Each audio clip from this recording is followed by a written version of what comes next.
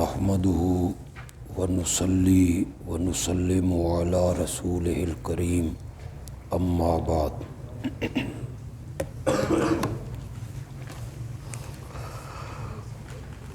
مسئلہ الہ کے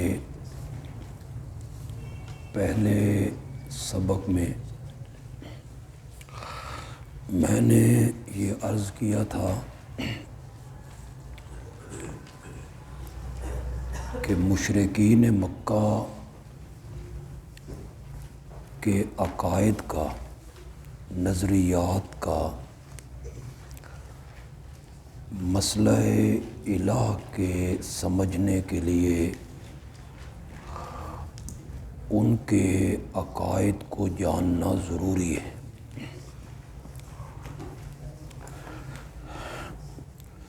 جن لوگوں میں نبی اکرم صلی اللہ علیہ وسلم تشریف لائے، ان کے عقائد و نظریات کیا تھے؟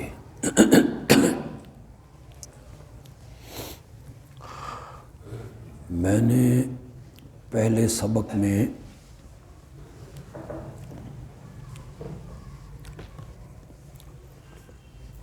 آپ کو یہ بتایا کہ مشرکین مکہ دہریے نہیں تھے، اللہ کی ذات کے وہ قائل تھے۔ اپنے بچوں کے نام عبداللہ رکھتے، کعبہ کو بیت اللہ کہتے تھے۔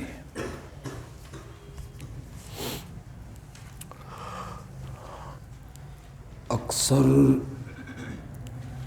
جو لوگ ہیں وہ یہ سمجھتے ہیں کہ مشرکین مکہ شاید اللہ کی صفات کے قائل نہیں ہوں گے۔ صفات سے میری مراد ہے اللہ کا خالق ہونا، مالک ہونا، رازق ہونا، محیی ہونا، ممیت ہونا، مدبر ہونا، زمین و آسمان کا مالک ہونا، بارش برسانے والا ہونا۔ ان تمام اللہ کی صفات کے مشرکین مکہ قائل تھے۔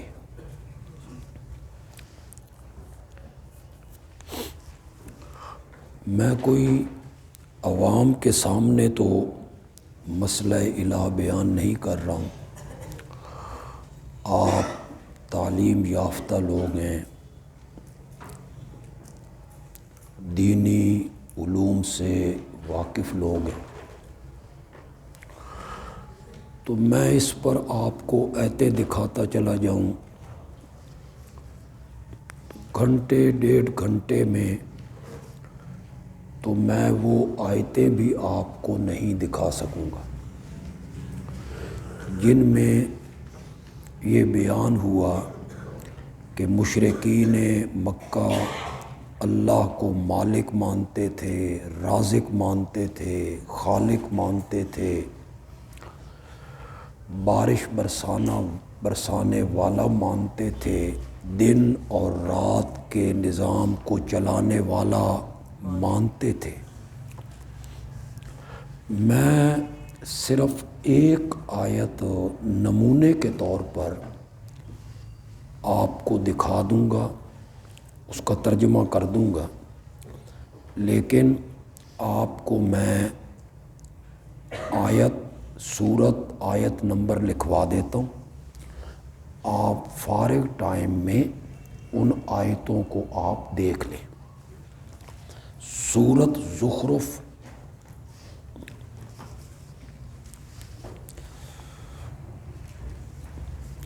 آیت نمبر 87۔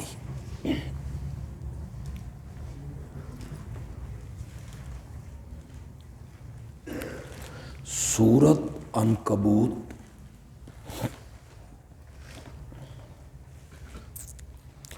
آیت نمبر 61 اور 63۔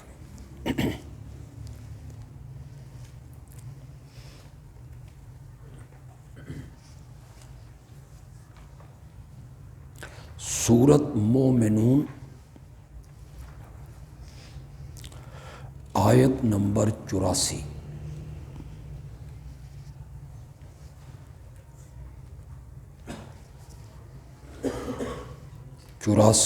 اور 86۔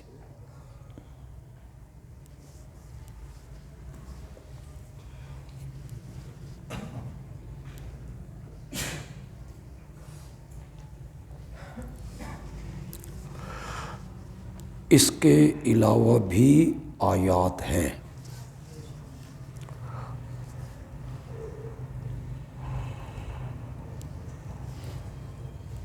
میرا رسالہ شرک کیا ہے اس میں انہیں درج کیا گیا۔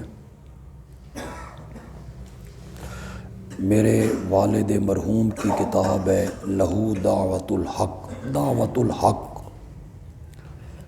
اس میں بھی اس پر سیر حاصل بحث کی گئی۔ تفسیر جواہر القرآن کے مقدمے میں اسے تفصیل سے انہوں نے بیان کیا۔ میں صرف ایک آیت آپ کے سامنے رکھتا ہوں، یہ سورت یونس ہے جی۔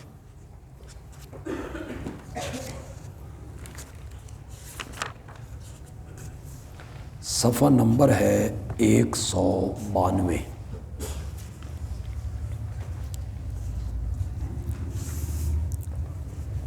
ایک سو 192 سورت یونس کی آیت نمبر ہے 31۔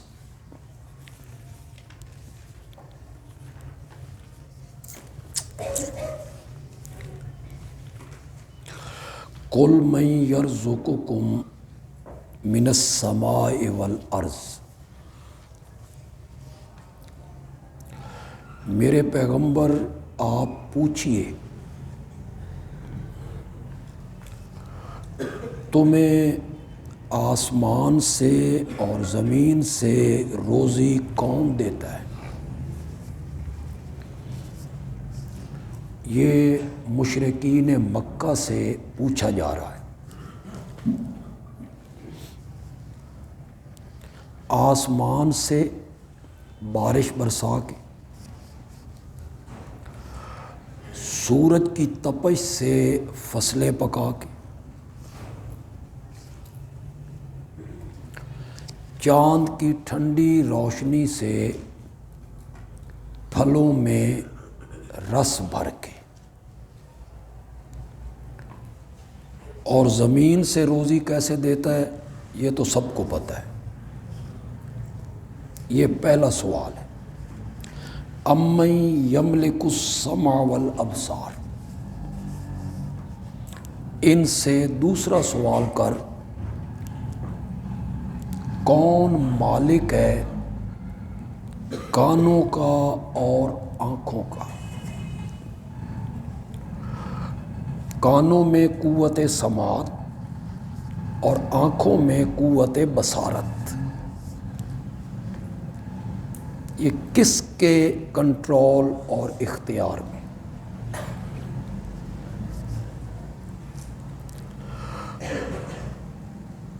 نظر کا تعلق صرف اتنا نہیں ہے کہ یہ آنکھ ہے اور اس میں ایک کاکی ہے تو ہم دیکھ رہے ہیں۔ اس کے پیچھے دھاگے کی طرح باریک رگیں، ان میں خون دوڑ رہا، وہ امتیاز کرتی ہیں رنگوں میں۔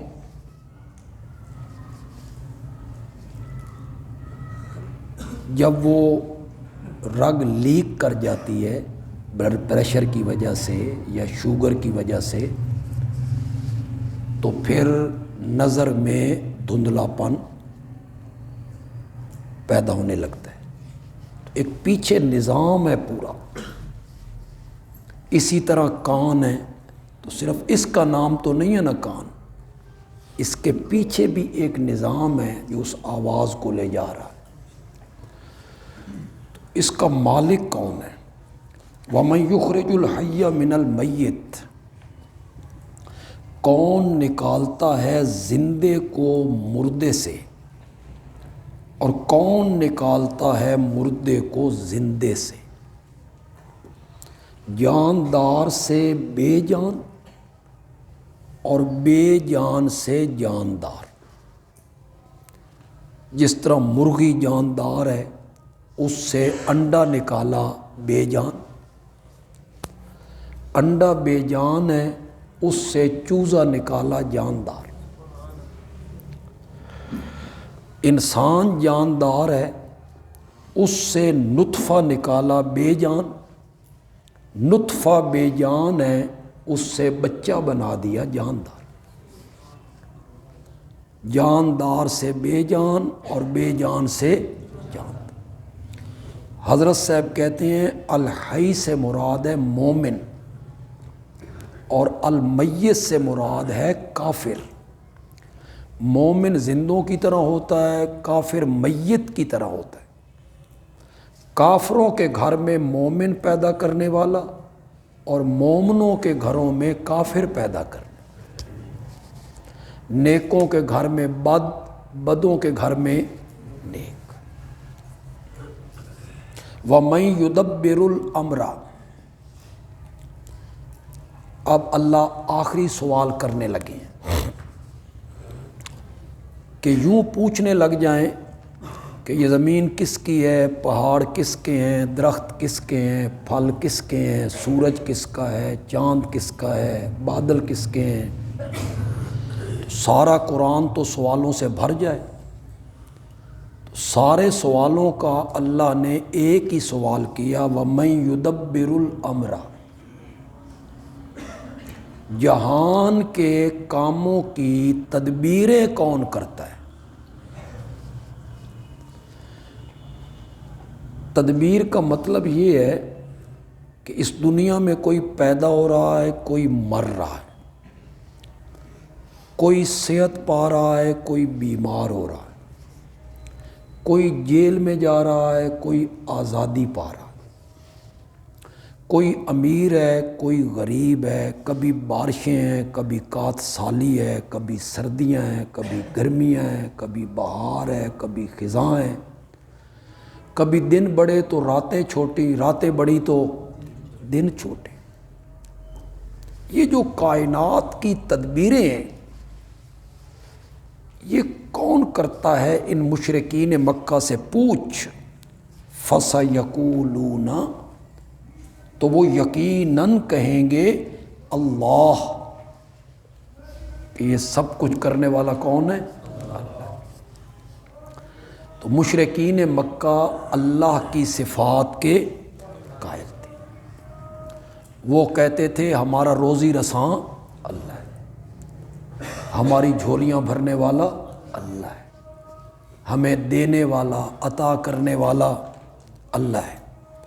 فَقُلْ، تو میرے پیغمبر کہے، افلا تتقون، یہ ساری باتیں مانتے ہو تو شرک سے بچتے کیوں نہیں؟ افلا تتقون، شرک کو چھوڑتے کیوں نہیں ہو؟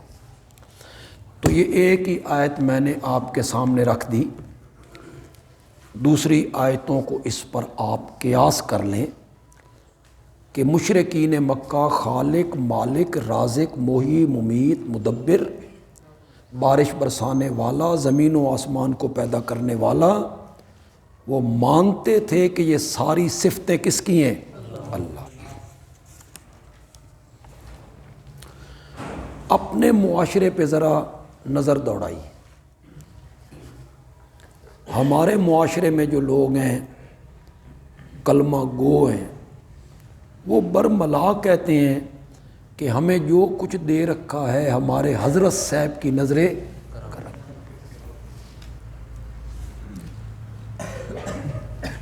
انہی کے کسی شاعر نے کہا جہاں سے رزق بندوں میں خدا تقسیم کرتا ہے وہاں مجھ کو نظر آئی کلائی اپنے خواجہ کی.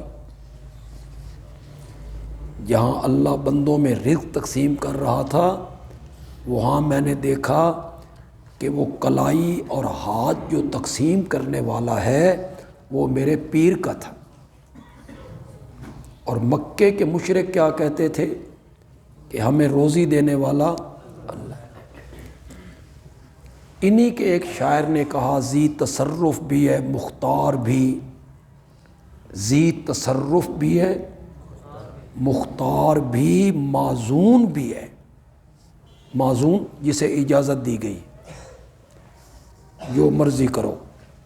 ذی تصرف بھی ہے مختار بھی معزون بھی ہے، کار عالم کا مدبر بھی ہے عبد القادر.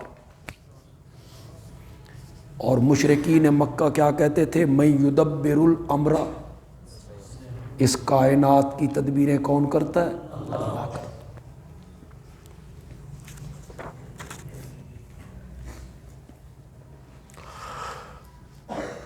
یہ طے ہو گیا بڑے اختصار کے ساتھ کہ مشرکین مکہ اللہ کی صفتوں کو مانتے تھے.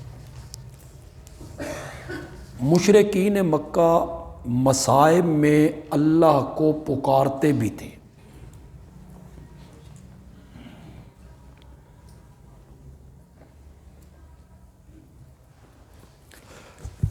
یہ سورۃ انفال ہے.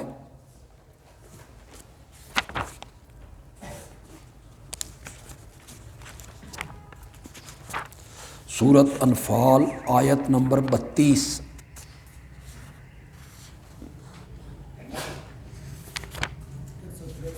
ہاں جی 163.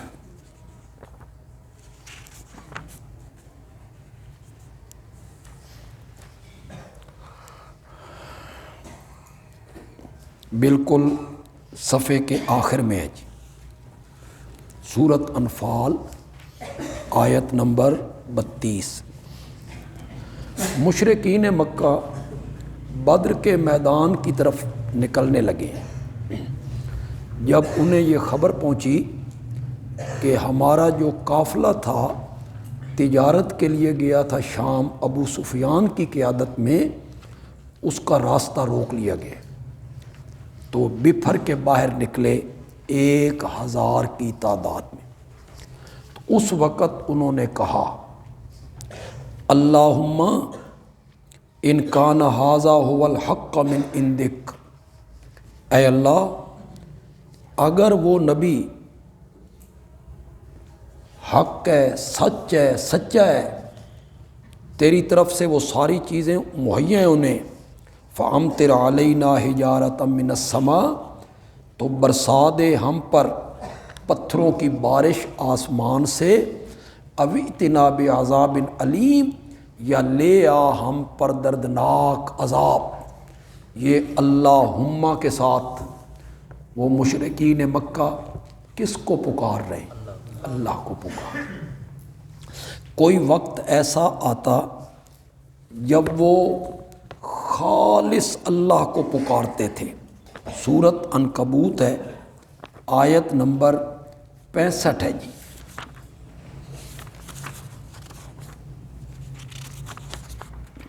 صفحہ نمبر ہے 395.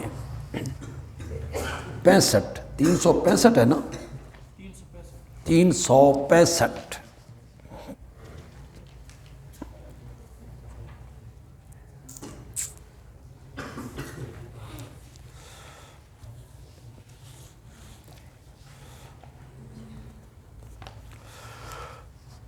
فَإِذَا رَكِبُوا فِي الْفُلْكِ،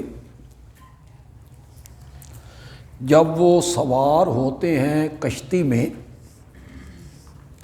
اور کشتی آتی ہے گرداب میں. یہ سارا واقعہ کہ لہروں نے کشتی کو جب گھیرا، یہ سورۃ یونس کی آیت نمبر 22 میں ہے جی۔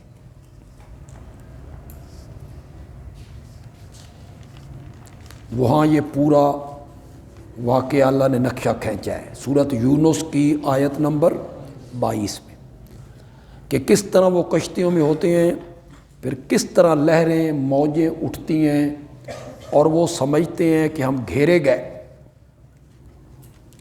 یہاں اللہ نے اسے مختصر ذکر کیا۔ جب وہ سوار ہوتے ہیں کشتی میں اور کشتی گرداب میں آتی ہے، دعوا اللہ، تو پکارتے ہیں اللہ کو، مخلصین لہ الدین، خالص کرنے والے اس کے لیے پکار، سب بھول جاتے ہیں۔ مصیبت کے ٹائم تو جب آفت اچانک آئے تو یہ بھی اپنے مشکل کشاؤں کو بھول جاتے ہیں۔ جب تیز زلزلہ آئے اور زمین پاؤں کے نیچے سے نکلنے لگے اور ارد گرد کی دیواریں گرنے لگیں اور یہ بھاگ کے بازاروں میں باہر گلیوں سڑکوں پہ نکلے، کوئی نہیں کہتا یا علی مدد، یا شیخ عبد القادر جیلانی شیئا للہ، کوئی بھی نہیں۔ ہر ایک کی زبان پہ کیا ہوتا ہے؟ یا اللہ، یا اللہ۔ پکارتے ہیں اللہ کو، خالص کرنے والے اس کے لیے پکار۔ فلما نجاہم الی البر، پھر اللہ جب بچا کے لے جاتا ہے ان کو خشکی کی طرف، اللہ نے وہ کشتی کنارے لگا دی، اذا ہم یشرکون، اس وقت وہ کیا کرتے ہیں؟ شرک کرتے ہیں۔ پھر مشرک کے مشرک، لیکن عین مصیبتوں میں گھر کے کشتیوں میں گرداب میں وہ خالص اللہ کی کیا کرتے ہیں؟ پکار کرتے ہیں۔ اپنے دور کے کلمہ گو لوگوں کو دیکھیے گا، اللہ کرے میری یہ کلاس کوئی سن رہا ہو ان میں سے آدمی، اللہ اس کی ہدایت کا ذریعہ بنا دے۔ کوئی پڑھا لکھا آدمی یہ عین مصائب میں گھر کر غیر اللہ کو پکارتے، یا معین الدین چشتی لگا دے پار کشتی، بہاو الحق تے بیڑا تھک۔ ان کے خطیب تقریریں کرتے، کشتی ڈوب رہی تھی، اس نے آواز لگائی، شیخ عبد القادر جیلانی نے ہاتھ بڑھا کے کشتی کنارے لگا، اور مشرکین مکہ عین کشتیوں میں گرداب میں گھر کر کسی کو نہیں پکارتے تھے، وہ خالص اللہ کی پکار کرتے تھے۔ یہ جو ان لوگوں کا وظیفہ ہے، یا شیخ عبد القادر جیلانی شیئا للہ، کئی لوگوں نے اپنے گھروں کی پیشانیوں پہ لکھوایا ہے، مسجدوں میں، وَأَنَّ الْمَسَاجِدَ لِلَّهِ فَلَا تَدْعُوا مَعَ اللَّهِ أَحَدًا۔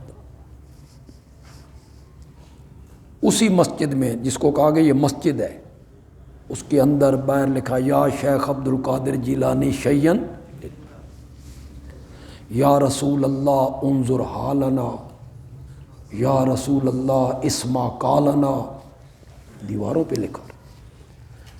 حالانکہ پکار وہاں صرف اللہ کی ہونی چاہیے۔ یہ جو ہے یا شیخ عبد القادر جیلانی شیئا للہ، اس کے معنی کا پتہ ہے آپ؟ جو میری اس کلاس کو سن رہے ہیں جو لوگ فیس بک پر یوٹیوب پہ سنیں گے، تمہیں آج تک یہ بتایا گیا کہ ہم اللہ سے مانگتے ہیں بزرگوں کا وسیلہ دے کر، تمہیں یہ کہا گیا، لیکن یا شیخ عبد القادر جیلانی شیئا للہ یہ کسی کالج یونیورسٹی میں چلے جاؤ، عربی کے جو پروفیسر ہیں ان سے کہو اس کا ترجمہ کر دیں۔ میرا ترجمہ آپ نہ مانیں، کسی عربی پروفیسر سے ترجمہ کروائیں۔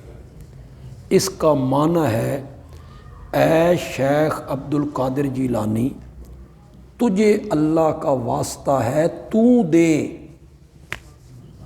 یا شیخ عبد القادر جیلانی شیئن للہ، تجھے اللہ کا واسطہ ہے تو مجھے دے۔ یہاں ایک صاحب تھے سامنے گلی میں رہتے تھے، وہ ہمارے نمازی نہیں تھے، ہمارے پیچھے کبھی نہیں آئے۔ وہ سعودی عرب گئے تو عربی سے شدھ بدھ ہو گئی، وہاں جا کے عربی بولنے لگتے ہیں نا یہ سارے لوگ، وہ عربی تو نہیں ہوتی، پتہ نہیں وہ کیڑی بلائیں، ہمارے تو سروں کے اوپر سے گزر یہ کرتے رہتے ہیں، بس وہ ادھر یہ بھی کرتے رہتے ہیں وہ بھی کرتے رہتے ہیں۔ لیکن وہ سمجھدار آدمی تھا، پڑھا لکھا آدمی تھا، وہ واپس آیا تو ایک دن ہماری مسجد میں آ تو مجھے کہتا ہے جی بس مجھے سمجھ آ گئی ہے اور میں اب آپ کا مقتدی ہوں۔ کیا کہ میں اس مسجد میں گیا ہوں تو وہاں لکھا ہوا ہے یا شیخ عبد القادر جیلانی شیئن للہ، تو میں تو عربی سے تھوڑا سا واقف ہوں، مجھے ترجمہ میں نے دیکھا تو میں حیران ہوا بھئی یہ کیا ہے۔ تو میں نے ان مولانا سے بات کی، نہ ان کو کوئی بات آئے نہ وہ اس عبارت کو ہٹائیں، تو اللہ نے اس طرح اس کی اس بات کو ہدایت کا ذریعہ۔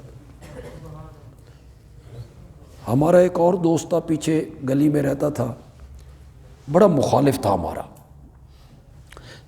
ریاض چلا گیا، ریاض۔ کہتا ہے جمعے کا دن تھا، چھٹی تھی، تو ہم جو پاکستانی تھے نا، ہم نے کہا آج چلو بغداد چلتے، شیخ عبد القادر جیلانی کو سلام کر۔ ہم نے کسی بس کا انتظام کیا، ہم سارے پاکستانی اکٹھے ہو گئے، تو وہ جو نیچے عربی تھے دکاندار، انہوں نے مجھ سے پوچھا بھئی کہاں جا رہے ہو؟ میں نے کہا بغداد جا رہے ہیں۔ اس نے کہا کیوں؟ میں نے کہا شیخ عبد القادر جیلانی کو سلام کر۔ اس نے کہا من ہوا؟ شیخ عبد الجیلانی کون ہے؟ میں بڑا حیران ہوں، اس نو شیخ عبد القادر جیلانی دا پتہ نہیں۔ میں آکھا 11ویں والا؟ اس نے کہا 11ویں والا؟ تو میں نے کہا وہ بیڑا غرق کرنا والا،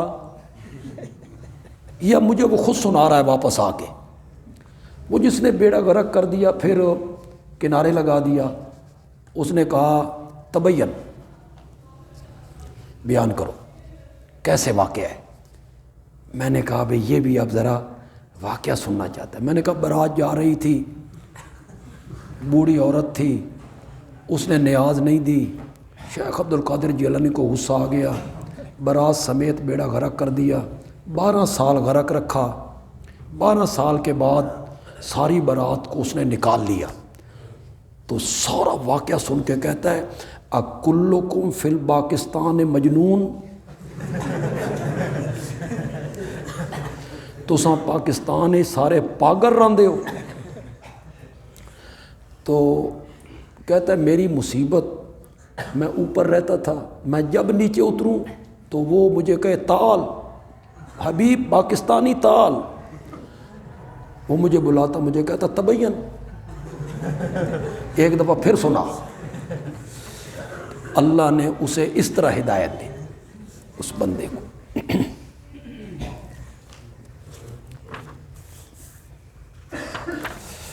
میں بڑے اختصار کے ساتھ ساری چیزیں بیان کر رہا ہوں، آپ اہل علم ہیں، آپ کتابیں بھی پڑھ لیں گے، جواہر القرآن بھی پڑھ لیں گے تو انشاءاللہ آپ کو سمجھ آ جائے گی۔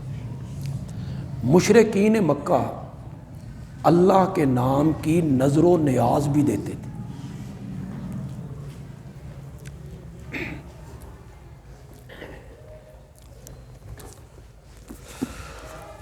صفحہ نمبر ہے 136۔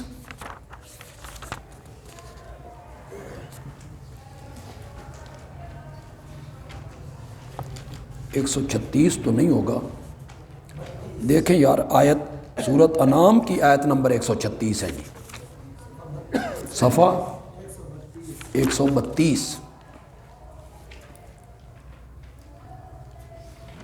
صفحہ نمبر 132۔ کتنی باتیں میں نے آپ کو سمجھا دی۔ مشرکین مکہ اللہ کی صفتوں کے قائل تھے، مشرکین مکہ اللہ کو پکارتے بھی تھے، کشتیوں میں وہ خالص اللہ کو پکارتے تھے۔ اب میں آپ کو سمجھا رہا ہوں کہ وہ اپنی پیداوار میں، جانوروں میں بطور نیاز ایک حصہ اللہ کے نام کا نکالا کرتے تھے، اللہ کے نام کی نظر و نیاز۔ وَجَعَلُوا لِلَّهِ، اور انہوں نے ٹھہرایا اللہ کے لیے، مما ذرا من الحرث، اس چیز میں سے جو زمین کی پیداوار ہے، یعنی کھیتی اور چوپائے، نصیباً ایک حصہ، جعلوا للہ، وہ ایک حصہ کس کے لیے ٹھہرایا؟ فقالو، اور کہنے لگے، ھذا للہ، یہ حصہ اللہ کا ہے، بزعمہم، ان کے گمان میں، وھذا لشرکائنا، اور یہ دوسرا حصہ جو ہے یہ ہمارے، ایک حصہ اللہ کے نام کا اپنی پیداوار میں اور جانوروں میں، اور اس پیداوار اور جانوروں میں ایک حصہ اپنے شریکوں کا۔ آگے سنیے، فما کان لشرکائہم، جو حصہ ہے ان کے شریکوں کا، فلا یصل الی اللہ، وہ اللہ والے حصے کی طرف نہیں جاتا۔ وما کان للہ، اور جو حصہ ہے اللہ کا، فہو یصل الی شرکائہم، وہ شریکوں والے حصے کی طرف بے نیاز ہے، کوئی بات نہیں۔ الا ساء ما یحکمون، اور کتنے برے فیصلے کرتے ہو۔ یہ میں آپ کو سمجھا دیتا ہوں بڑا آسان طریقے سے۔ ایک حصہ اللہ کے نام کا نکالتے، ایک حصہ اپنے شریکوں کا۔ اللہ کا حصہ خرچ ہوگا حاجیوں پر، مثلا کس پر؟ حاجیوں پر، جو مہمان آئیں گے، حاجی آئیں گے، ان کی خدمت کرنی ہے، ستو پلانا ہے، کھانا دینا ہے، اس پہ خرچ ہوگا۔ شریکوں والا حصہ خرچ ہوگا یتیموں پر، مسکینوں پر، غریبوں پر۔ یہ دو حصے ہیں۔ یہ جو شریکوں والا حصہ ہے نا، اس میں اگر کبھی کمی ہو گئی، یہ حصہ ختم ہو گیا، تو وہ کہتے تھے وہ اللہ والا حصہ نہیں جو حاجیوں کے لیے رکھا ہوا ہے، اس حصے میں سے نکالو، اس میں شامل کر دو۔ اور اگر اللہ والا حصہ یعنی حاجیوں کو ستو پلانا، اس میں کوئی کمی ہو گئی تو شریکوں والے حصے میں سے نہیں نکالنا، ہاں بزرگاں دی مار پہ جائے جی۔ نہیں کہتے قرآن اٹھا تو نے چوری نہیں کی، اسا کہ دا چکوا لو۔ بابے دی کنڈی، مزار دی کنڈی ہلا کے کہہ، اسا کہ توبہ توبہ، یہ کام میں نے نہیں کر۔ اللہ کا ڈر کوئی نہیں۔ اب تو آپ کو حصے والی بات سمجھ آ گئی۔ اللہ کا حصہ جہاں خرچ ہوتا اور شریکوں کا حصہ جہاں خرچ ہوتا، شریکوں کے حصے میں کمی آ گئی، خرچ ہو گیا، اس میں سے نکال کے ڈال لو، اور اللہ والے حصے میں کمی آ گئی تو ادھر سے بزرگوں والے حصے سے ادھر نہیں ڈال۔ حضرت شیخ القرآن مولانا غلام اللہ خان رحمۃ اللہ علیہ، وہ بڑے بہادر عالم تھے، بڑے دلیر، بڑے حق گو، کوئی خوف نہیں، کوئی ڈر نہیں، حکومت وقت کا ڈر نہیں، کسی کا ڈر نہیں۔ ایوب خان ملک کا صدر تھا،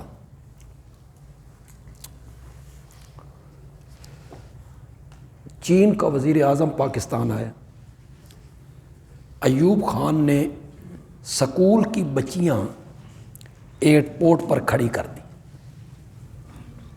استقبال کے لیے۔ حضرت شیخ نے جمعے پہ پھر رگڑا لگایا۔ حضرت شیخ نے کہا صدر جو ہوتا ہے نا وہ قوم کا باپ ہوتا ہے، قوم کی بیٹیوں کو آپ نے ایئرپورٹ پہ کھڑا کیا، تیریاں دھیاں کتنے سن؟ وہ زیادہ معزز ہیں، انہیں لے آنا ایئرپورٹ پہ کھڑا کر۔ اب یہ بڑی زبردست بات تھی جسے ایوب خان برداشت نہ کر سکا۔ اس نے انہیں جلا وطن کر دی، پنڈی سے نکال دی۔ یہ اپنے آبائی پنڈ چلے گئے، دریا ضلع اٹک ہزروں کے قریب ہے۔ 16 مہینے یہ وہاں نظر بند رہے۔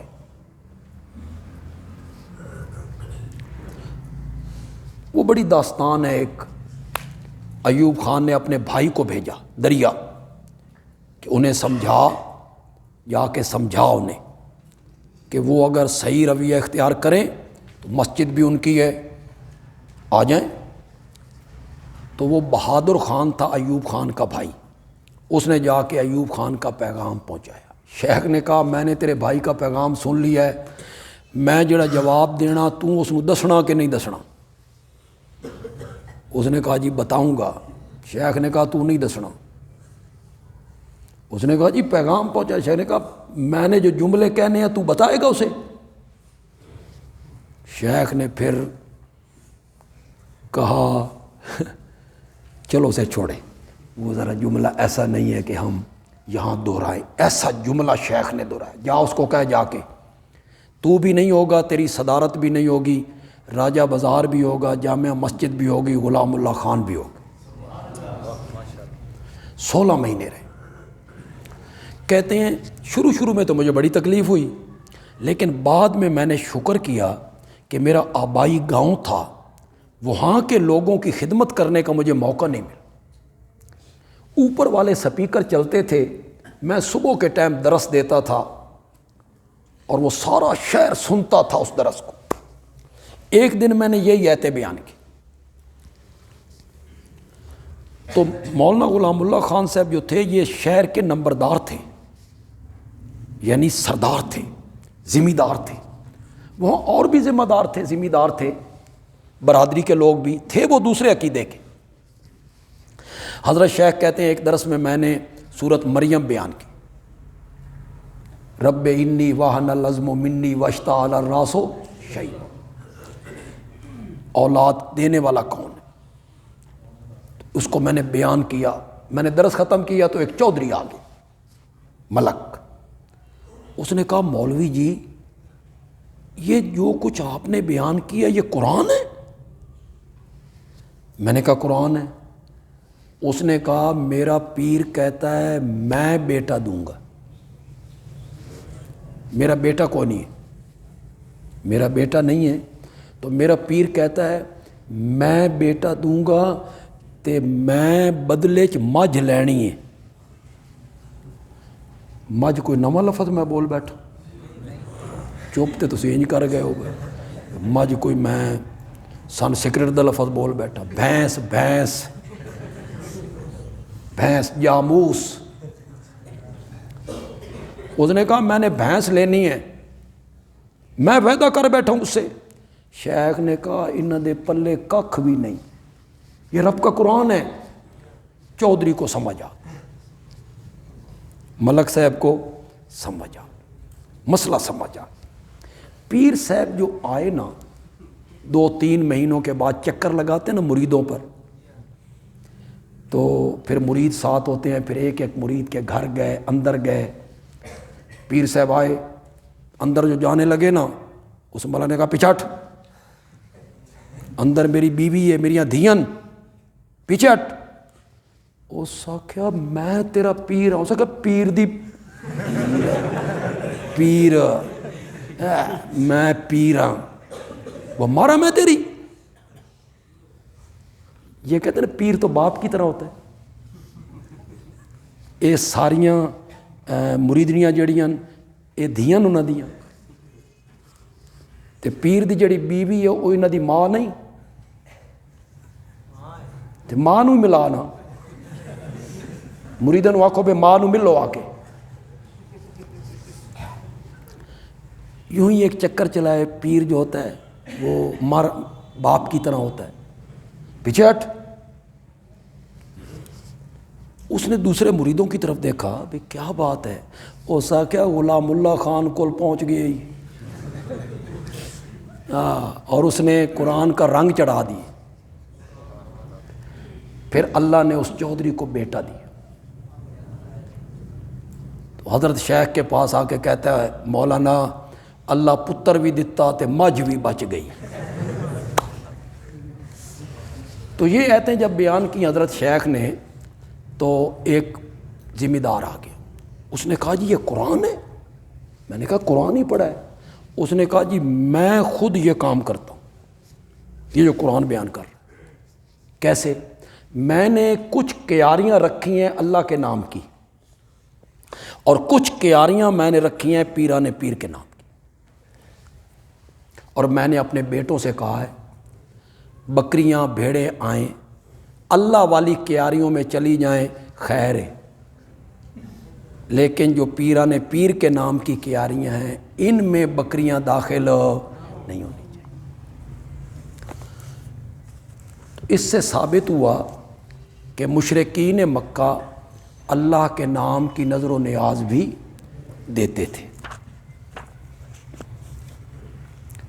اللہ کے نام کی قسمیں بھی اٹھاتے ہیں. وَأَقْسَمُوا بِاللَّهِ جَهْدَ أَيْمَانِهِمْ, بس صرف لکھیں سورۃ انعام آیت نمبر 109.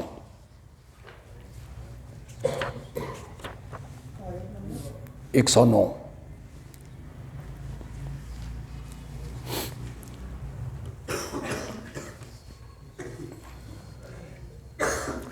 ہاں جی, مشرکین مکہ اللہ کی ذات کے قائل, اللہ کی صفتوں کے قائل, اللہ کو پکارتے ہیں, کشتیوں میں خالص پکارتے ہیں, اللہ کے نام کی نظر و نیاز دیتے ہیں, بچوں کے نام عبداللہ رکھتے ہیں, اللہ کے نام کی قسمیں اٹھاتے ہیں.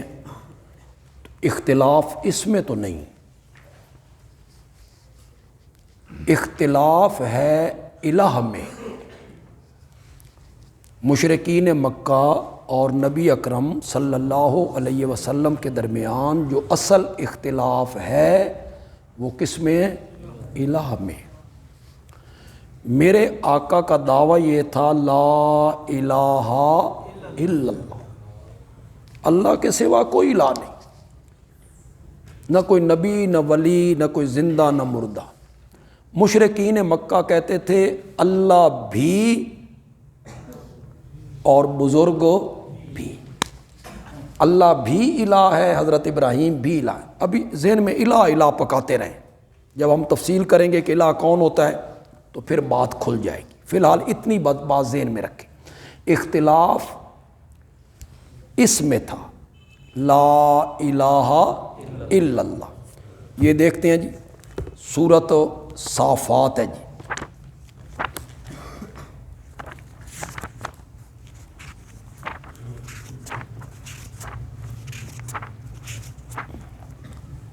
پہلے سورۃ صاد دیکھ لیں جی. سورۃ صاد آیت نمبر ہے صفحہ نمبر ہے 409, صفحہ نمبر 409. سورۃ صاد کی آیت نمبر ہے 4.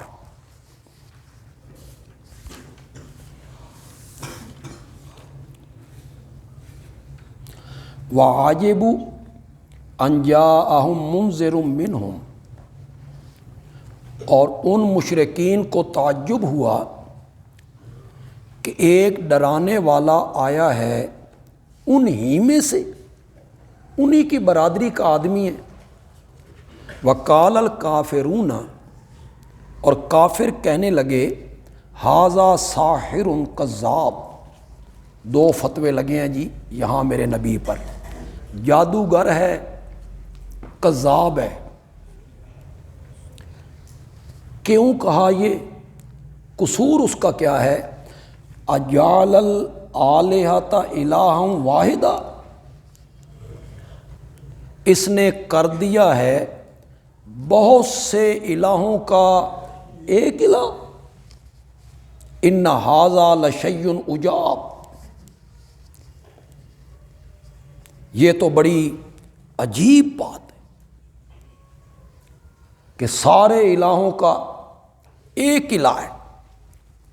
وانطلق الملأ منہم، اٹھ کے چل دیے جو سردار لوگ تھے ان میں سے، اور دوسروں کو بھی کہنے لگے امشو، چلو چلو، وَاصْبِرُوا عَلَىٰ آلِہَتِكُمْ، اور جمے رہو اپنے الہوں پر۔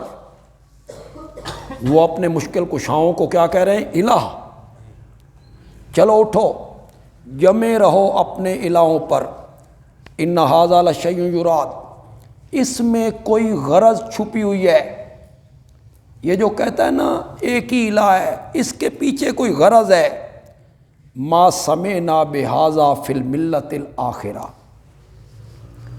ہم نے یہ بات پہلے کسی ملت میں، پہلے کسی دین میں ہم نے یہ بات نہیں سنی کہ لا الہ الا اللہ۔ بڑے بڑے علماء کی تقریریں سنی، سفید ریش علماء بھی تھے، بزرگ علماء بھی تھے جن کے بڑے بڑے نام ہیں، ہم نے ان کی تقریریں بھی سنی، پر یہ مسئلہ ہم نے کہیں نہیں سنا۔ حضرت شیخ القرآن فرماتے تھے بڑے بڑے للڑ بھی سنے، بڑے بڑے للڑ دیاں تقریراں بھی سنیاں، لیکن یہ بات تو کسی سے نہیں سنی جو یہ کرنے لگا ہے لا الہ الا اللہ۔ یہ ایک جگہ ہو گئی جی، دو فتوے میرے نبی پہ لگے جی، ساحر ہے، کذاب ہے۔ اگلی صورت کون سی ہے جی؟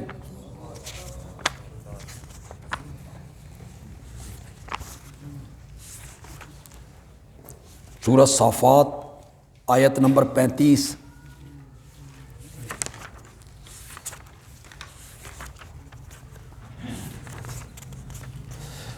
صفحہ نمبر ہے 404،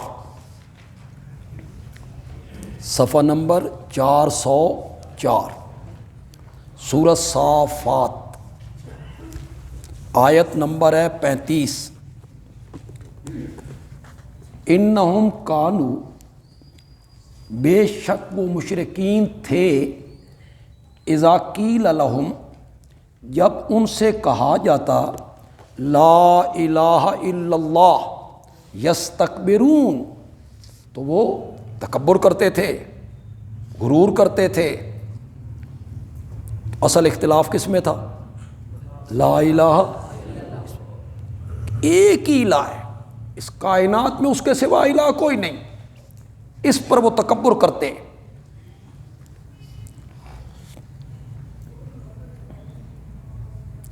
وَيَقُولُونَ، اور وہ کہتے تھے اَإِنَّا لَتَارِكُو آلِهَتِنَا، یہ آ گئی بات، وہ اپنے مشکل کشاؤں کو الہ کہہ رہے ہیں، کیا ہم چھوڑنے والے ہیں اپنے الہوں کو لشاعر مجنون،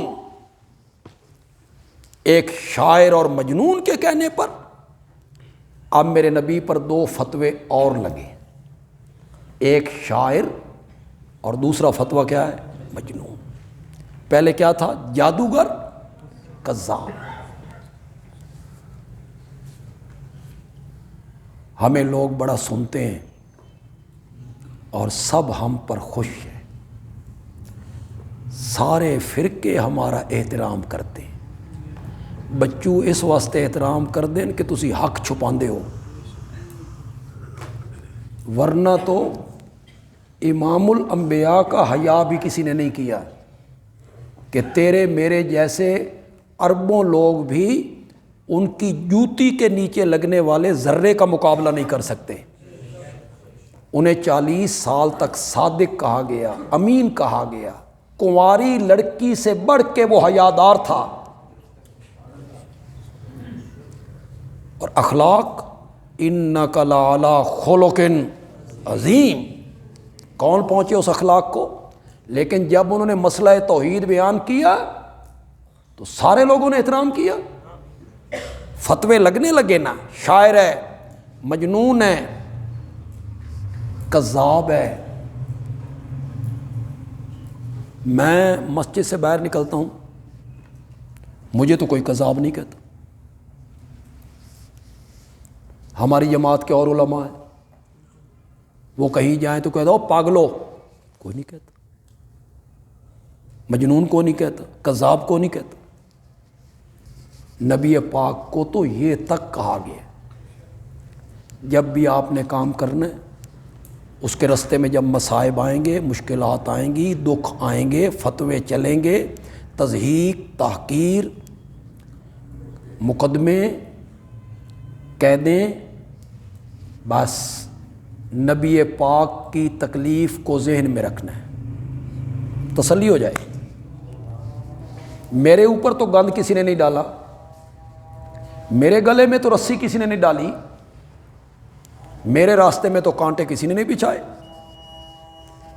میرے چچا کے جسم کے تو 12 ٹکڑے کسی نے نہیں کیے، میرے ساتھیوں کو تو تپتے ہوئے کولوں پہ کسی نے نہیں لٹایا۔ تو جب آپ ان مصیبتوں کو یاد کریں گے تو آپ کو تسلی ہوگی۔ تو اس رستے میں اگر آپ یہ سمجھیں نا کہ لوگ آپ کے ہاتھ چومیں گے، گھٹنے کو ہاتھ لگائیں گے، حضرت جی، اور چپ کر کے نذرانے آپ کے جیبوں میں ڈالیں گے، ای خیال استو محال استو جنون، یہ خیال چھوڑ دو۔ لوگوں نے کوئی ہاتھ نہیں چومنے، کوئی گھٹنوں کو ہاتھ نہیں لگانا، حضرت جی کسے نہیں کہنا۔ آپ جب باہر نکلیں گے توحید بیان کریں گے نا، آپ باہر نکلیں گے تو لوگ آپ کو دیکھیں گے، کانوں کو ہاتھ لگائیں، منکر جا رہا ہے، گستاخ رسول جا رہا ہے۔ وہ بابا لداد کا میں نے قصہ سنایا نا، وہ کشتی والا، حافظ لداد صاحب کہتے تھے میں گجرات کے ایک بازار سے گزرتا تھا، جو ہی میں ایک دکان کے سامنے سے گزرتا وہ مجھے چڑھانے کے لیے کہتا الصلاۃ والسلام علیک یا رسول اللہ، بھئی یہ دیوبندی ہے جلے گا۔ 3-4 دن تو میں نے سنا، چوتھے دن اس نے پڑھا نا تو میں نے اس کے سامنے یوں ہاتھ باندھ، میں نے کہا تجھے کب سے غلط فہمی ہو گئی ہے کہ میں اللہ کا رسول ہوں؟ مجھے دیکھ کے جو پڑھتا ہے الصلاۃ والسلام علیک یا رسول اللہ، تجھے یہ غلط فہمی کہاں سے ہوئی ہے کہ میں اللہ کا رسول ہوں؟ تو چڑھانے کے لیے تو لوگ کرتے رہتے ہیں اس طرح کی باتیں، لیکن جو مصائب اور دکھ نبی پاک پہ آئے اس کا تو 10واں حصہ بھی ہم نے نہیں چکھا۔ اس رستے میں مصائب تو آتے ہیں، دکھ بھی آتے ہیں۔ حضرت شیخ القرآن یہی کہا کرتے تھے کہ تیرے گھٹنوں کو لوگ ہاتھ لگاتے ہیں، تیرے ہاتھ چومتے ہیں، حضرت جی کرتے ہیں، اور میں پرانا قلعہ سے نکل کے راجہ بازار کی طرف آتا ہوں تو لوگ مجھے دیکھ کے کرتے ہیں۔ تو حضرت شیخ کہتے تھے میں انہاں دی ماں ماری ہے، میں نے کیا کیا ہے؟ میں بھی اگر ہفتہ وار مجلس ذکر منعقد کروں اور لوگ مسجد میں آ جائیں اور میں کہوں بتیاں بجھا دو، دروازے بھی بند کر دو، اکھاں بھی بند کرو، اتے کپڑے پاؤ، ضربیں لگاؤ، لا الہ الا اللہ، یہ ضرب ہے، الا اللہ کی دل پہ ضرب لگ رہی، لا الہ الا اللہ، پھر الا اللہ، تو لوگ میرے بھی ہاتھ چومیں گے، لوگ مجھے بھی حضرت کہیں گے۔ تو شیخ القرآن جذبات میں آ کے کہتے تھے تجھ میں اور مجھ میں فرق یہ ہے کہ تو لا الہ الا اللہ کی ضربیں لگاتا ہے، غلام اللہ خان الہ کا معنی بتاتا ہے کہ الہ ہوتا کون ہے، الہ میں کون کون سی صفتیں پائی جاتی ہیں۔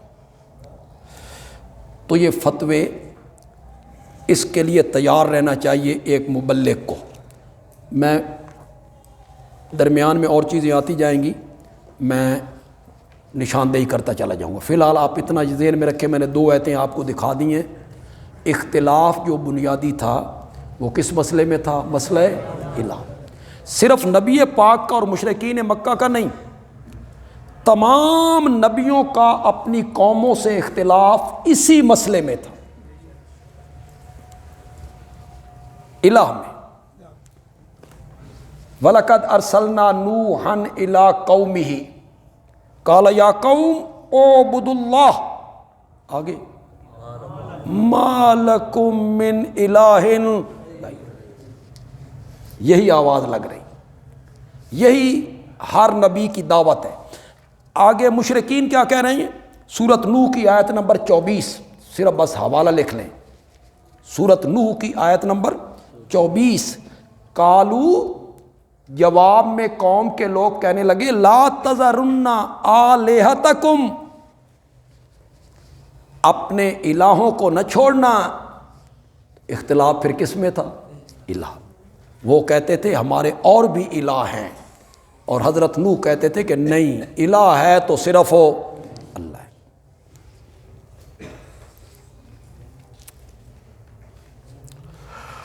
حضرت ہود پیغام دے رہے ہیں، سورۃ آراف آیت نمبر 65، وَإِلَىٰ عَادٍ أَخَاهُمْ هُودًا قَالَ يَا قَوْمِ اعْبُدُوا اللَّهَ مَا لَكُم مِّنْ إِلَٰهٍ غَيْرُهُ۔ آگے قوم کیا کہتی ہے؟ مَا نَحْنُ بِتَارِكِي آلِهَتِنَا، ہم تیرے کہنے پر اپنے الہوں کو چھوڑنے والے نہیں۔ اختلاف اسی مسئلے میں، ہر نبی کا قوم سے جو اختلاف ہے اسی مسئلے میں۔ ہم جب قرآن کی سیر کریں گے، گزریں گے، تو جہاں جہاں یہ چیزیں آتی رہیں گی میں آپ کو آگاہ کرتا رہوں گا، یہاں اس جگہ پہ آپ ان کو نوٹ کرتے چلے جائیں گے۔ حضرت ابراہیم علیہ السلام ہم کل کے سبق میں انشاءاللہ پڑھیں گے۔ پیغام کیا ہے کہ عبادت کے لائق صرف اللہ۔ لِمَ تَعْبُدُ مَا لَا يَسْمَعُ وَلَا يُبْصِرُ وَلَا يُغْنِي عَنْكَ شَيْئًا۔ آگے باپ جواب میں کیا کہتا ہے؟ اَرَاغِبٌ أَنْتَ عَنْ آلِہَتِی، کیا تم میرے معبودوں سے منہ موڑتا ہے؟ تو مسئلہ وہی تھا الہوں کا۔ اَرَاغِبٌ أَنْتَ عَنْ آلِہَتِی اَأَنْتَ فَعَلْتَ هَٰذَا بِآلِہَتِنَا، سورۃ انبیاء آیت نمبر 51۔ مَنْ فَعَلَ هَٰذَا بِآلِہَتِنَا، یہ سب کچھ ہمارے الہوں کے ساتھ کس نے کیا ہے؟ حضرت ابراہیم کو سامنے کھڑا کر کے کہتے اَأَنْتَ فَعَلْتَ هَٰذَا بِآلِہَتِنَا،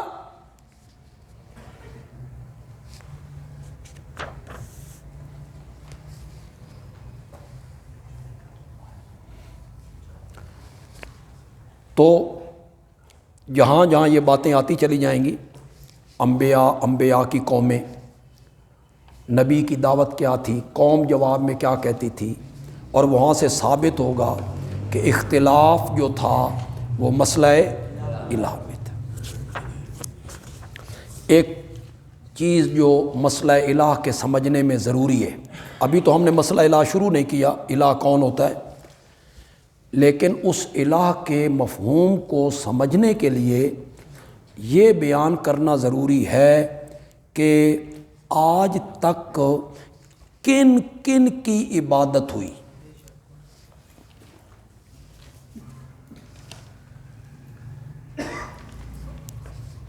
کن کن کو معبود بنایا گیا ہے۔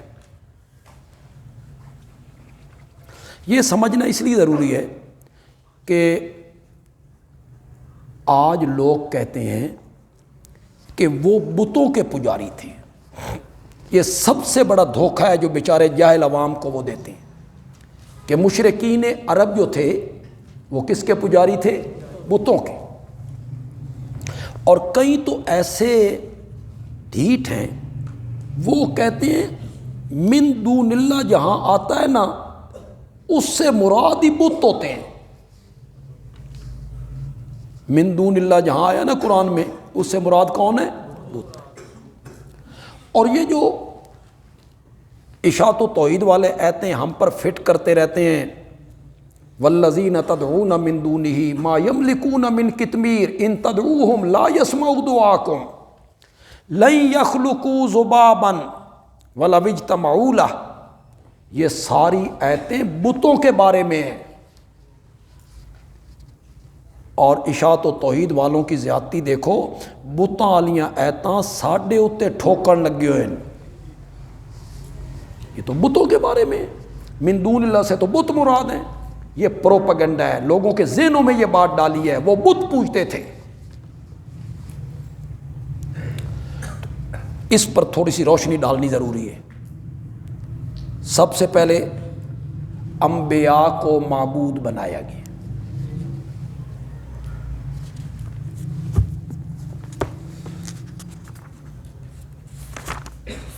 سورۃ مائدہ ہے جی.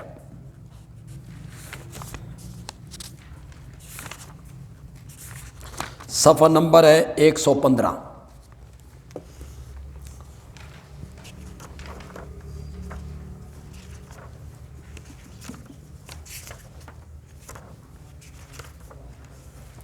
صفحہ نمبر 115.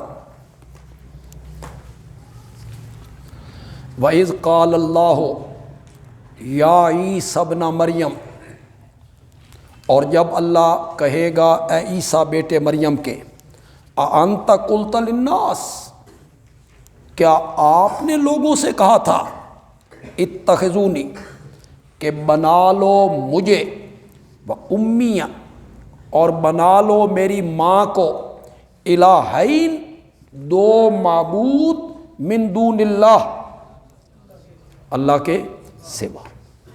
کہاں ہیں وہ لوگ جو عوام کو یہ پڑھاتے رہتے ہیں کہ من دون اللہ کا اطلاق تو بتوں پہ ہوتا ہے، اس سے مراد بت ہوتے ہیں.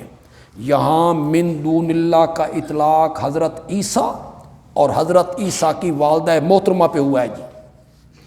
اتخذونی و امی الہین من دون اللہ، تو حضرت عیسیٰ کو الہ بنایا گیا ہے،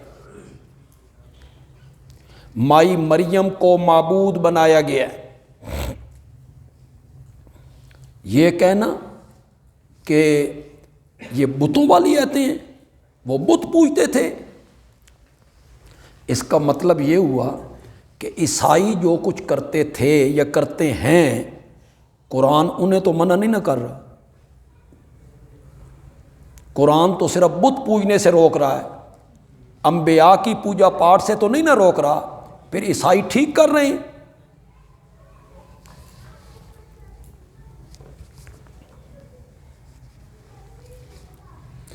وہ آگے سوال جواب ہے، وہ لمبی بات ہے، آپ پڑھ لیں گے. حضرت عیسیٰ علیہ السلام اس کا کیسے جواب دیں گے. لیکن اتنی بات تو ثابت ہوئی کہ عبادت اور پوجا صرف بتوں کی نہیں ہوئی، عبادت اور پوجا حضرت عیسیٰ کی بھی ہوئی اور مائی مریم کی بھی. اچھا، آپ کا کیا خیال ہے؟ یہ پھر میں دوسرے طبقے کے لوگوں کو مخاطب کرنے لگا.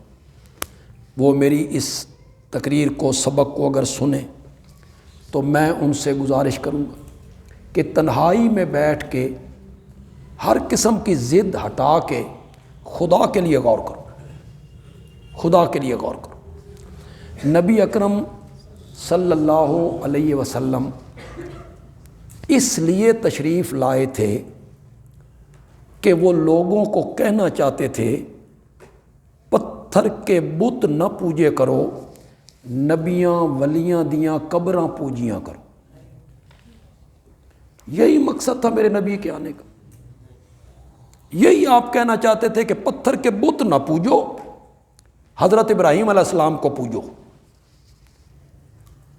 حضرت اسماعیل علیہ السلام کو پوجو. یہ کہنا چاہتے تھے میرے نبی. یہ مشن تھا میرے نبی کا. سورۃ توبہ جی،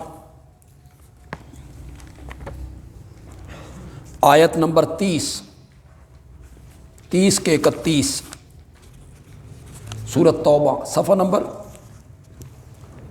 اتخذوا احبارہم ورہبانہم 174.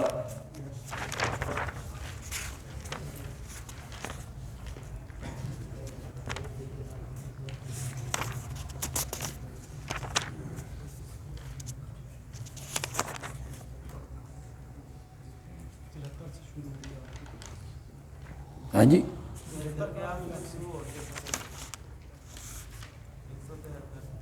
73 کے 173 جی آخری لفظ ہے جی، آیت نمبر ہے 31 جی۔ اتخذوا احبارہم ورہبانہم اربابا من دون اللہ، انہوں نے بنا لیا احبار جمع حبر کی، بڑا عالم،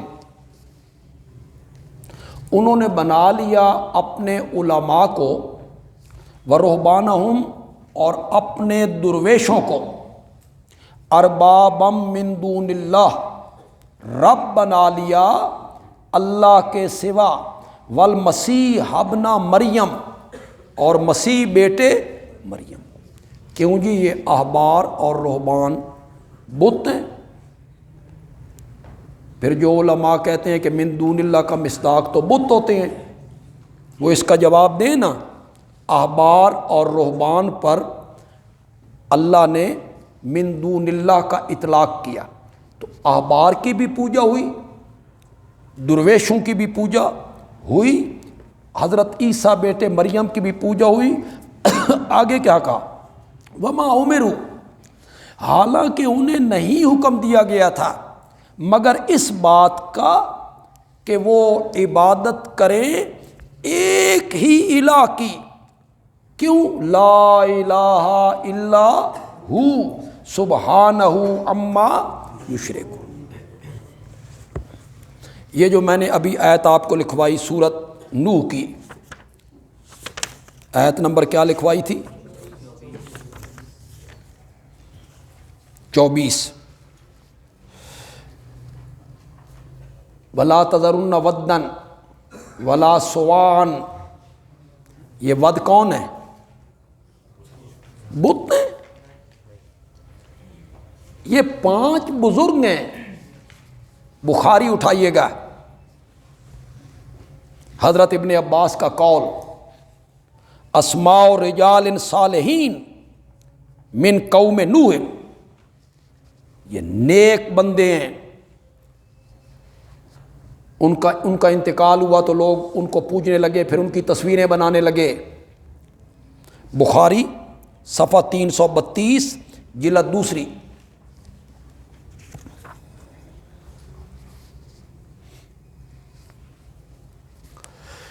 ابلیس اور جنات کی پوجا ہوئی۔ آج غالباً ہم نے پڑھا ہے سورت کاف کی آیت نمبر 50 میں، افتتخذونہ وذریتہ اولیاء من دونی۔ یہاں جناب ابلیس پر من دون اللہ کا اطلاق ہو گیا ہے، اس کی ذریت پر من دون اللہ کا اطلاق ہو گیا ہے۔ انبیاء کی پوجا پاٹ ہوئی، احبار کی ہوئی، رہبان کی ہوئی، جنات کی ہوئی، شیطان کی ہوئی۔ حضرت ابراہیم علیہ السلام کی قوم چاند، سورج، ستاروں کی پوجا نہیں کرتی تھی، چاند کی، ستاروں کی، سورج کی پوجا ہوئی۔ وہ جو ہدہد نے ملکہ بلقیس کا ذکر کیا تھا تو کیا کہا تھا؟ وہ کس کا سجدہ کرتے ہیں؟ سورج کا۔ وہاں کیا کہا؟ من دون اللہ، من دون اللہ کا اطلاق سورج پہ ہو گیا۔ آپ کہتے ہیں من دون اللہ کا اطلاق صرف بتوں پہ ہوتا ہے؟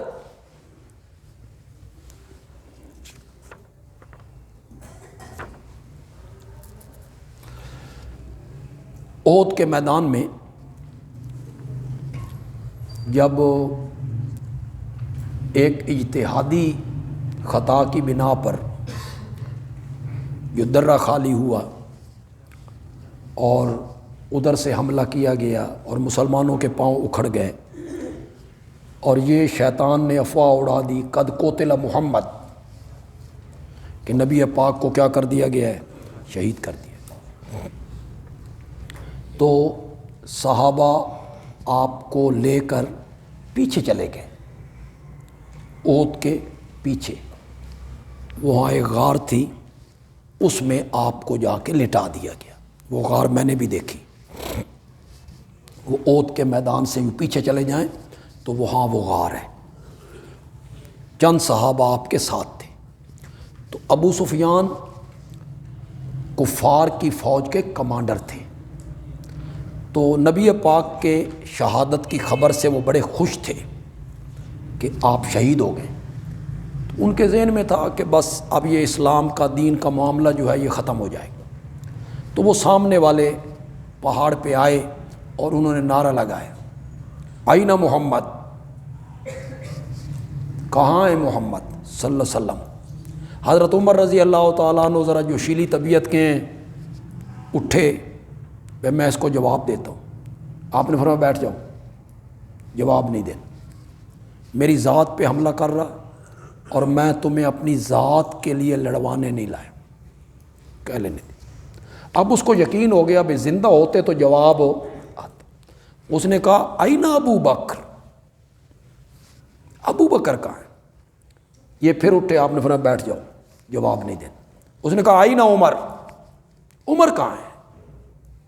یہ پھر جواب دینے لگے، آپ نے فرمایا بیٹھ جاؤ۔ اس کے بعد اس نے کسی کا نام نہیں لیا، آئین عثمان، آئین علی، نہیں۔ یہ وہ بھی جانتا تھا کہ اسلام کی عمارت کھڑی ہے تو انہی تینوں پہ کھڑی،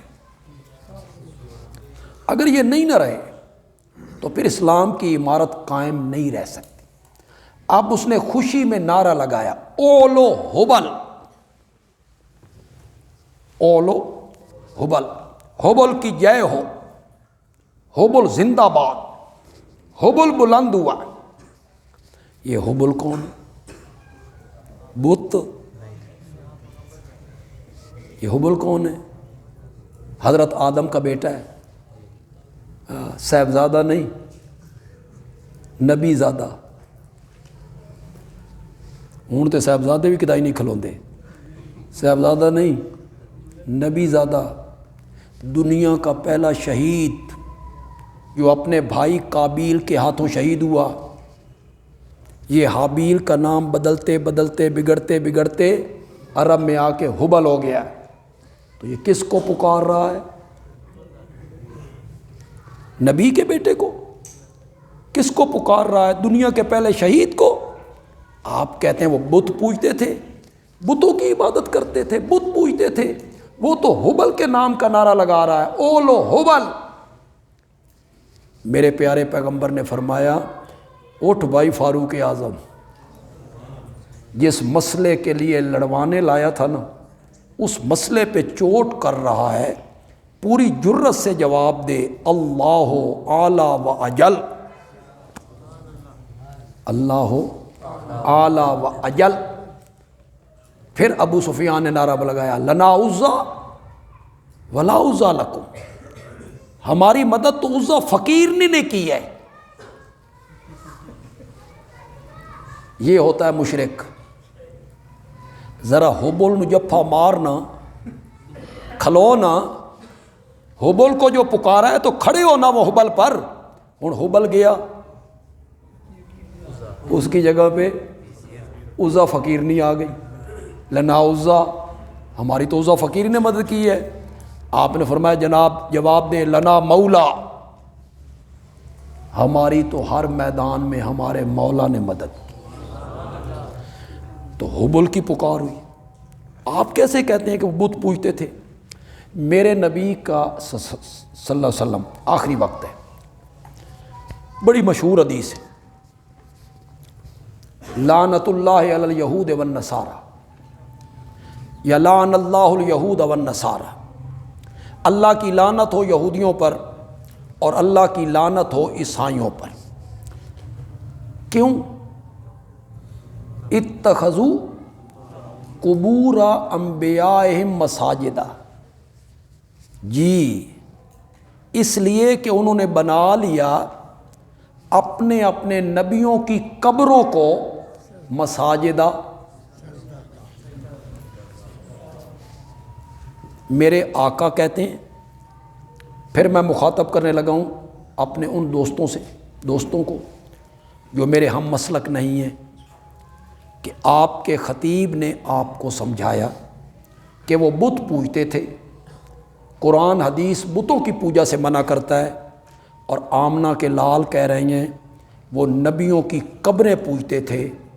فیصلہ میں تجھ پہ چھوڑ دیتا ہوں، اپنے خطیب کی مان لے یا آمنہ کے لال کی مان لے، تو فیصلہ کر، یہ فیصلہ تجھ پر ہے. اللہ کی لعنت ہو یہودیوں پر، عیسائیوں پر، جنہوں نے اپنے اپنے نبیوں کی قبروں کو کیا بنا لیا. آپ کہتے ہیں وہ بت پوجتے تھے. اولئک اذا مات فیہم الرجل الصالح، اولئک وہ لوگ، اذا مات فیہم جب فوت ہوتا ان میں، الرجل الصالح کون؟ نیک بندہ. بنوا علی قبرہ مسجدہ، تو وہ بنا لیتے تھے اس کی قبر کو سجدہ گاہ. وصوروا فیہ تلک الصور، اور اس کی تصویریں لٹکاتے تھے. تصویریں آپ کو آج بھی تصویریں ملیں گی، بابا جی بیٹھے ہیں اور سامنے سمندر ہے اور کشتی غرق ہو رہی ہے. ایک اور تصویر آپ کو ملے گی کاما علی سرکار جی. وصوروا فیہ تلک الصور، اس بزرگ کی تصویریں لٹکاتے تھے. اولئک ہم شرار الخلق عند اللہ، اس خلق میں کون کون ہے، مخلوق میں کون کون ہے؟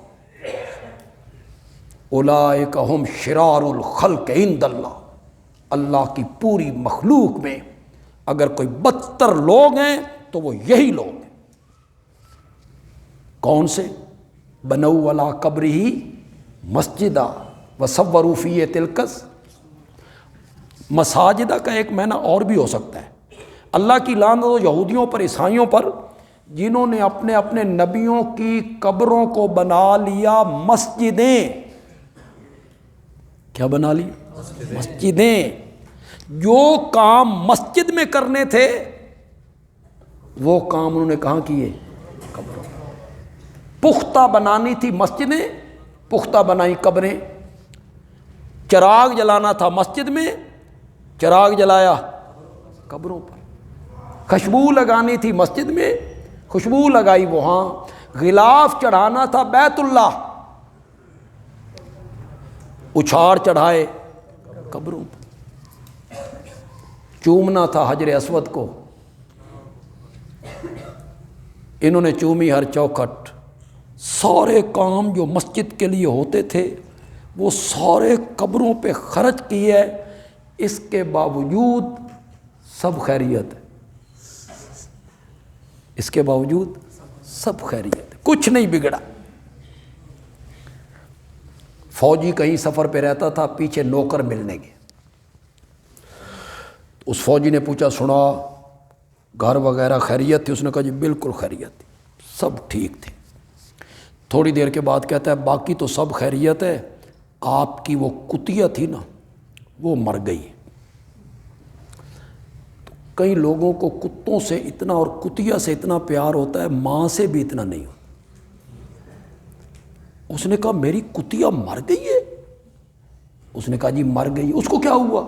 بس ہڈی پھنس گئی، مر گئی. اس نے کہا ہڈی والا گوشت تو ہم ڈالتے نہیں تھے. تو ہڈی کیسے؟ اس نے کہا جی آپ کی اونٹنی مر گئی تھی، اس کی ہڈیاں پڑی تھی، کھائی وہ مر گئی. اونٹنی کو کیا ہوا؟ کہ جی پتھر ڈھو کے لا رہے تھے، داغ پڑا، مر گئی. اس نے کہا مکان میں بنا کے آیا تھا، پتھر کس کے لیے؟ اس نے کہا جی آپ کے ماں باپ دونوں مر گئے تھے، باقی سب خیریت. اس نے کہا میری ماں بھی مر گئی، میرا باپ بھی مر گیا، ان کو کیا ہوا؟ وہ جو کوٹھی بنا کے آپ آئے تھے نا جی، اس کا لینٹر دھرام سے گرا، نیچے آ گئے، کوٹھی بھی ختم، ماں بھی ختم، باپ بھی ختم، اونٹنی بھی ختم، کتیا بھی ختم، باقی سب